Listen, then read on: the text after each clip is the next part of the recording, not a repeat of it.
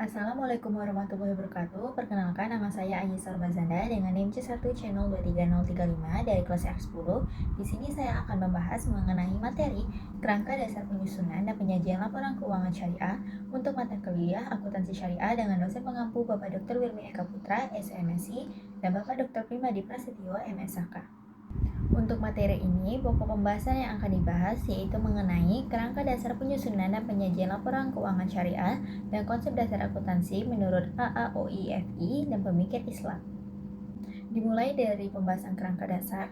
Jadi, kerangka dasar penyusunan dan penyajian laporan keuangan syariah ini adalah pengaturan akuntansi yang memberikan konsep yang mendasari penyusunan dan penyajian laporan keuangan atas transaksi syariah, yang dimana tujuan kerangka dasar ini digunakan sebagai beberapa acuan bagi penyusunan standar akuntansi, penyusunan laporan keuangan, auditor, dan para pemakai laporan keuangan. Selanjutnya yaitu pengguna dan kebutuhan informasi, yang dimana pengguna laporan keuangan syariah ini hampir sama dengan laporan keuangan non syariah, yang dimana di sini saya akan menyebutkan beberapa, yaitu seperti investor, yang dimana mereka menggunakan laporan keuangan untuk menilai risiko atau hasil pengembangan investasi untuk memutuskan apakah mereka akan berinvestasi. Lalu ada namanya pemilik dana card, yaitu menggunakan laporan keuangan untuk menilai kemampuan pembayaran dana card pada saat jatuh tempo. Lalu ada pemilik dana syirkah temporer, yang dimana ini untuk mengambil keputusan investasi dengan tingkat yang bersaing dan aman. Lalu ada pemilik dana titipan, ini untuk memutuskan apakah dana yang dititipkan ini dapat diambil setiap saat. Lalu ada pembayar dan penerima zakat, infak, sedekah, dan wakaf. Ini menggunakan laporan keuangan untuk mengetahui sumber dan penyaluran dana tersebut. Lalu ada paradigma dan asas transaksi syariah, yang dimana paradigma transaksi syariah ini berlandaskan pada alam semesta merupakan ciptaan Tuhan yang menjadi amanah sekaligus sarana bagi manusia untuk mencapai kebahagiaan dan kesejahteraan yang utuh. Nah, transaksi syariah ini berlandaskan pada prinsip yaitu pertama persaudaraan, yang kedua keadilan, yang ketiga kemaslahatan, yang keempat keseimbangan, dan yang kelima yaitu universalisme. Selanjutnya yaitu karakteristik transaksi syariah, yang dimana di sini terdapat beberapa karakteristik yang harus dipenuhi dalam transaksi syariah. Seperti transaksi syariah ini hanya dilakukan berdasarkan prinsip saling paham dan saling ridho. Lalu prinsip kebebasan bertransaksi diakui sepanjang objeknya halal dan baik. Kemudian tidak mengandung unsur riba, kezaliman, maisir, gahar, dan unsur haram.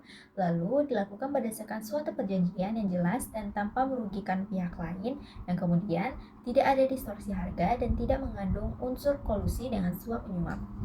Nah, di sini terdapat beberapa tujuan dari laporan keuangan seperti yang pertama, meningkatkan kepatuhan terhadap prinsip syariah dalam semua transaksi dan kegiatan usaha. Yang kedua, menyajikan informasi kepatuhan serta unsur yang tidak sesuai dengan syariah jika ada. Lalu yang ketiga, membantu mengevaluasi pemenuhan tanggung jawab entitas syariah terhadap amanah. Lalu yang keempat, memberikan informasi keuntungan bagi investor serta pelaksanaan fungsi sosial seperti zakat, infak, sedekah, dan wakaf.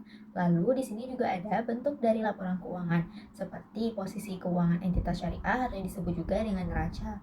Lalu ada namanya informasi kinerja entitas syariah seperti laporan laba rugi. Lalu ada namanya informasi perubahan posisi keuangan entitas syariah.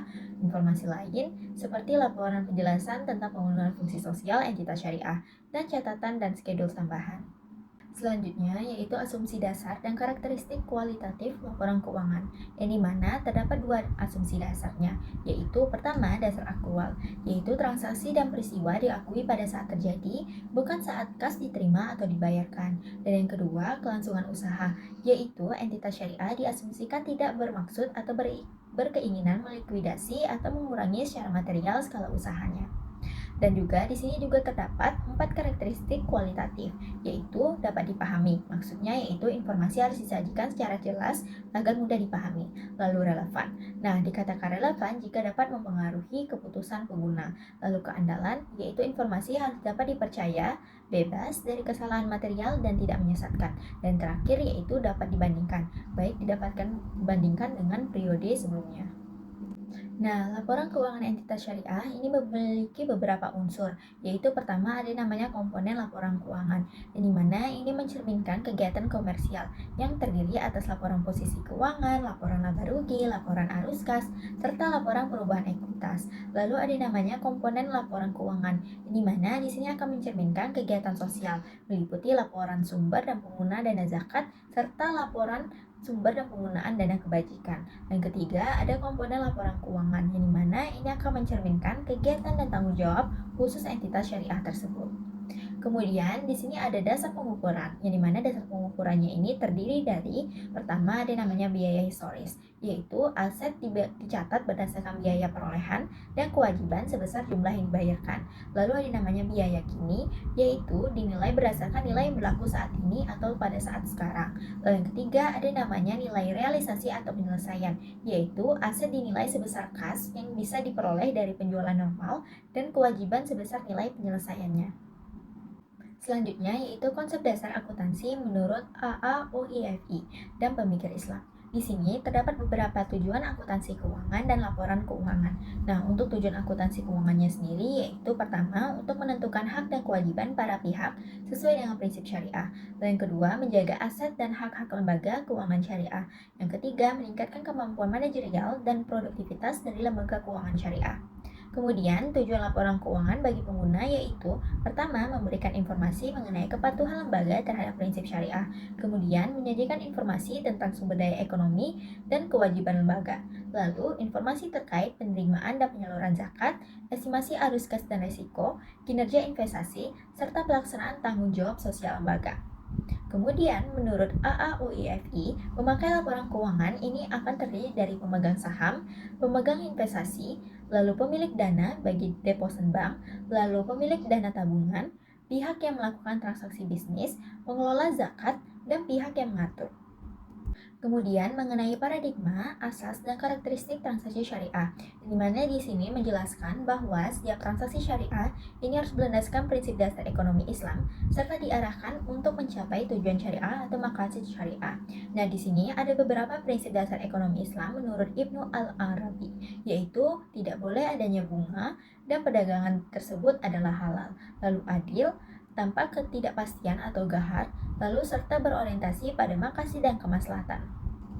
Bentuk dan syarat kualitatif laporan keuangan menurut AAYOFI, yang dimana AAYOFI ini mensyaratkan beberapa bentuk laporan keuangan, yaitu laporan perubahan posisi keuangan, laporan laba rugi, laporan perubahan ekuitas, laporan arus kas, laporan perubahan investasi yang dibatasi dan ekuivalennya, lalu laporan sumber dan penggunaan dana zakat, serta dana sumbangan, serta laporan sumber dan penggunaan dana qard hasan.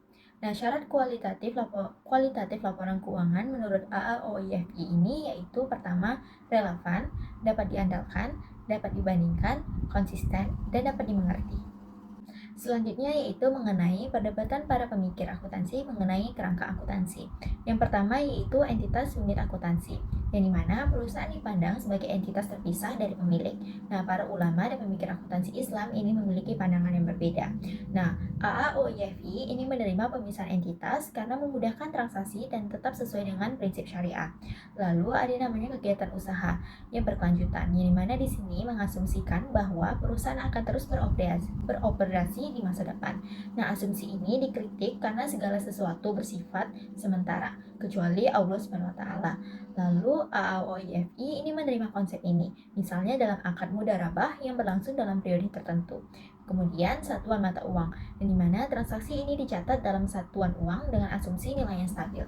Meskipun inflasi ini dapat mengurangi nilai real, AAOIFI ini tetap menerima konsep ini yang menilai utang berdasarkan jumlah nominal, karena belum ada metode yang lebih tepat. Lalu konservatif, yang dimana pengakuan beban dan kewajiban ini lebih cepat serta menunda aset dan pendapatan. Nah, meski dikritik karena dapat menurunkan nilai aset dan mempengaruhi zakat, prinsip ini masih relevan dalam pembagian laba mudharabah. Dan pembahasan yang terakhir yaitu mengenai beberapa pemikiran ke depan mengenai akuntansi syariah, yang dimana perkembangan akuntansi syariah ini mendorong munculnya beberapa gagasan baru untuk memperbaiki kelemahan konsep yang ada, seperti neraca yang menggunakan nilai saat ini. Nah, ini diusulkan untuk menggantikan yang namanya historical cost atau biaya historis karena dianggap lebih relevan untuk zakat dan pengambilan keputusan. Lalu laporan nilai tambah, di mana laporan ini diusulkan sebagai pengganti atau pelengkap laporan laba rugi. Dalam syariah, laporan nilai tambah ini dinilai lebih mencerminkan prinsip keadilan, transparansi, dan akuntabilitas. Kesimpulan dari materi ini yaitu, kerangka dasar penyusunan laporan keuangan syariah ini menjadi pedoman dalam menentukan tujuan, prinsip, dan unsur laporan agar sesuai dengan nilai syariah, serta menghasilkan informasi yang relevan dan andal. Nah, konsep akuntansi menurut AAOIFI dan pemikir Islam ini menunjukkan bahwa akuntansi syariah terus berkembang melalui penyesuaian prinsip meskipun terdapat perbedaan pandangan. AAOIFI ini tetap menjadi acuan agar laporan keuangan tidak hanya informatif tetapi juga sesuai dengan prinsip Islam. Baiklah, cukup sekian pembahasan materi saya. Apabila ada kekurangan atau kesalahan, mohon dimaafkan. Saya akhiri. Wassalamualaikum warahmatullahi wabarakatuh.